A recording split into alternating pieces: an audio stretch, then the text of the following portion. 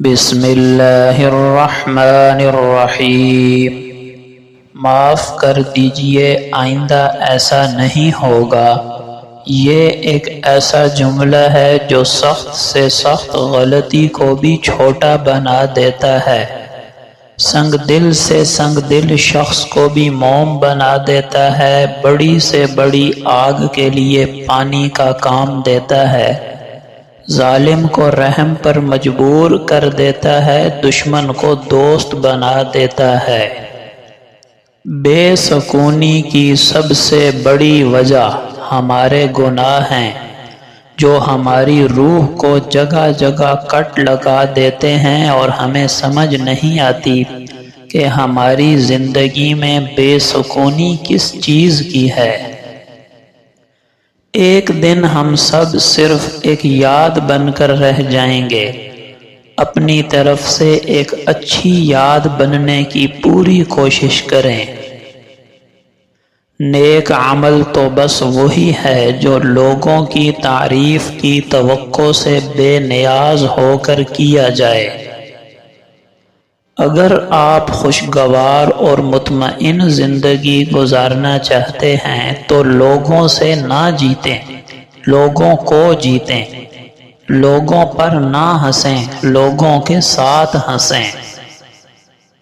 صرف اللہ ہی وہ شہنشاہ ہے جو مانگنے پر خوش اور نہ مانگنے پر خفا ہوتا ہے۔ انسان کو اپنے آپ سے اتنی محبت تو ہونی ہی چاہیے کہ وہ خود کو جہنم سے بچا کر جنت کی طرف لے جائے۔ اللہ رزق کھول دے تو دسترخوان لمبا کرو، دیواریں نہیں۔ اللہ بہتر کرے گا، یہ وہ الفاظ ہیں جن سے انسان کی آدھی پریشانی ختم ہو جاتی ہے۔ خلقت خدا کی تکلیف دور کر کے خود تکلیف اٹھا لینا ہی اصل سخاوت ہے۔ الفاظ چابیوں کی مانند ہیں، ان کا استعمال کر کے لوگوں کے منہ بند یا دل کھولے جا سکتے ہیں۔ افسوسناک بات تو یہ ہے کہ ہم اکثر نیکی اس وقت کرتے ہیں جب برائی کرنے کے قابل ہی نہیں رہتے۔ جو مصیبت اللہ سے دور کر دے وہ سزا ہے، اور جو قریب کر دے وہ آزمائش۔ اولاد کے لیے باپ وہاں بھی ہاتھ پھیلا لیتا ہے جہاں وہ پاؤں رکھنا بھی گوارا نہیں کرتا۔ بدقسمت ہے وہ انسان جو نہ استاد ہے اور نہ شاگرد۔ کبھی بھی گناہ کو پھیلانے کا ذریعہ مت بنو، کیونکہ ہو سکتا ہے کہ آپ تو توبہ کر لو، پر جس کو آپ نے گناہ پر لگایا ہے وہ آپ کی آخرت کی تباہی کا سبب بن جائے۔ دوسروں کی نیتوں کی پڑتال کرنا چھوڑ دیں، ممکن ہے اس کی توبہ آپ سے پہلے قبول ہو جائے۔ خاموشی سے بڑا کوئی جواب نہیں ہوتا، لیکن خاموشی سے بڑا کوئی عذاب بھی نہیں ہوتا۔ پھل نہ درخت کے ڈالے کو لگتا ہے نہ اس کے مضبوط تنے کو، پھل لرزتی ہوئی عاجز سی شاخ پر لگتا ہے۔ اللہ تعالی کا دروازہ کبھی بند نہیں ہوتا، لینے والے ہی دروازہ کھٹکھٹانا بھول جاتے ہیں۔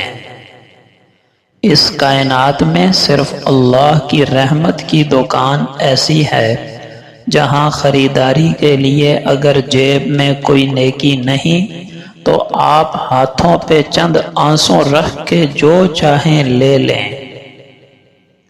جب آپ سے غیر ارادی نیکیاں ہونے لگیں تو شکر ادا کریں، کیونکہ وہاں کہیں اوپر سے آپ پر نظر کرم ہو گئی ہے۔ محنت اتنی خاموشی سے کرو کہ تمہاری کامیابی شور مچا دے۔ زندگی گزر گئی سب کو خوش کرنے میں، جو خوش ہوئے وہ اپنے نہ تھے، جو اپنے تھے وہ کبھی خوش نہ ہوئے۔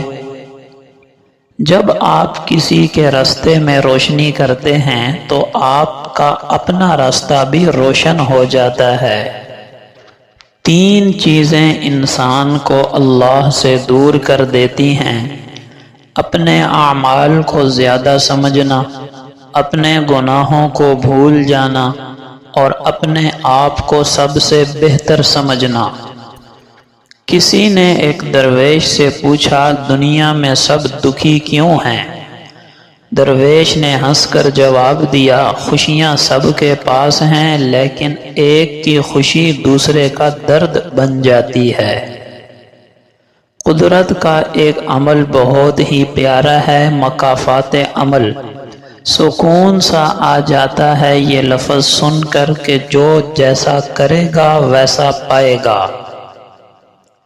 نئی بنیادیں وہی لوگ رکھ سکتے ہیں جو اس بات سے اچھی طرح واقف ہوں کہ پرانی بنیادیں کیوں بیٹھ گئی تھیں۔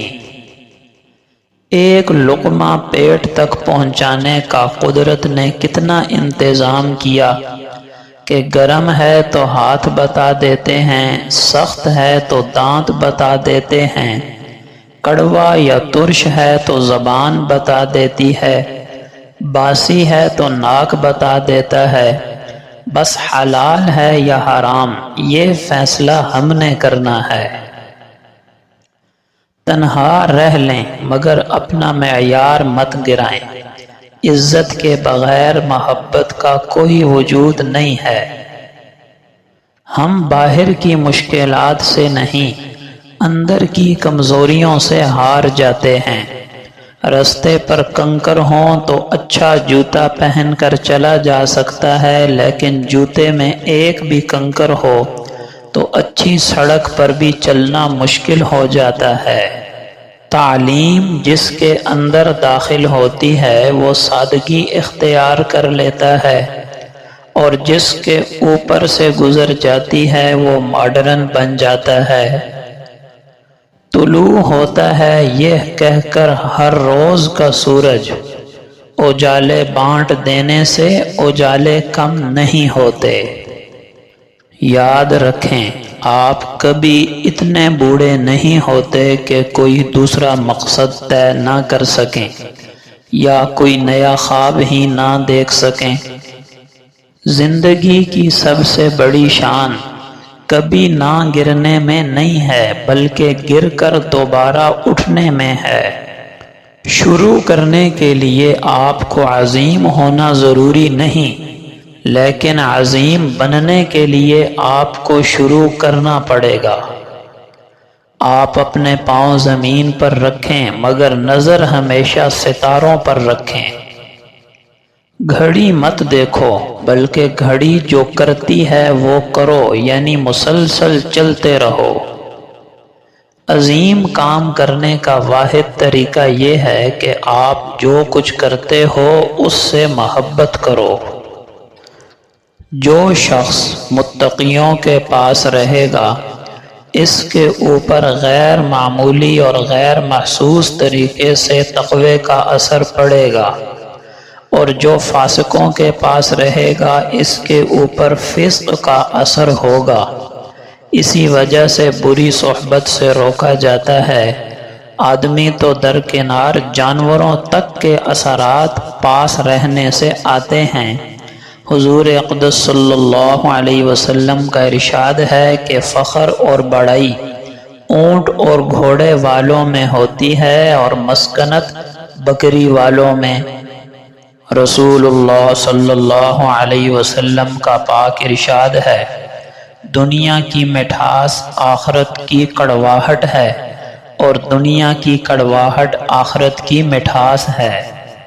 یعنی دنیا میں مصائب اور مشکل حالات کا صبر کے ساتھ سامنا کرنا آخرت میں خوشحالی کا ذریعہ ہے، جبکہ دنیا کی نعمتوں میں مشغول ہو کر اللہ کے احکام سے غافل ہونا آخرت میں ناکامی کا ذریعہ ہے۔